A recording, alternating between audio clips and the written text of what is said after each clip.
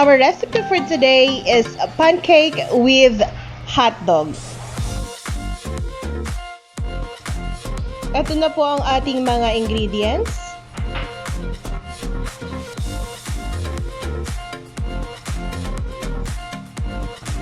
We will be needing 2 cups of all-purpose flour, 1/2 cup of sugar,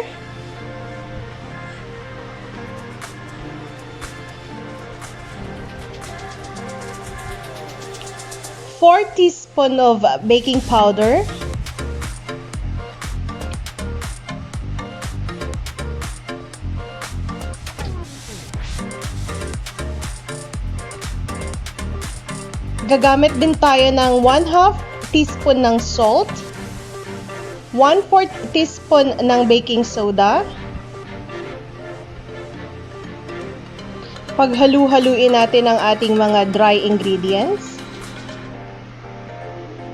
And then, idagdag na natin ang ating 1 3/4 cup ng milk.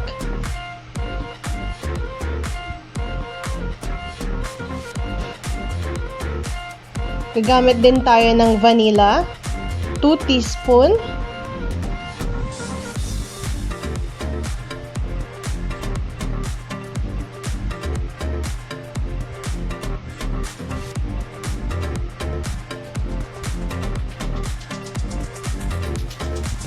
Kailangan din natin ng 1 egg.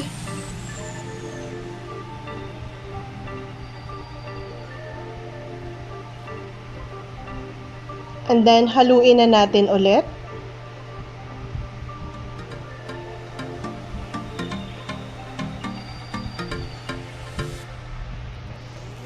At meron pa tayong last na ingredients, which is 1/4 cup ng butter.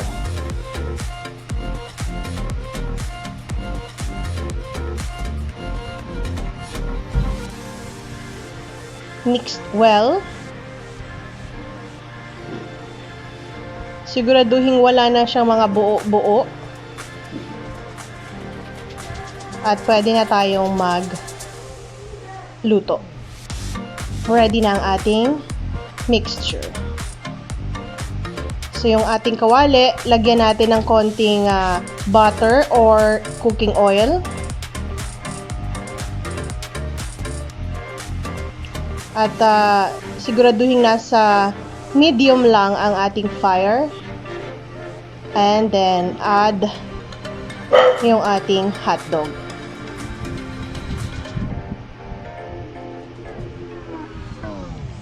Pag tuyo na yung kabilang side, i-flip na natin or baliktarin na natin para yung kabilang side naman ang maluto. Ito na nga ang ating finished product. So, tikiman na. There you go, guys. See you!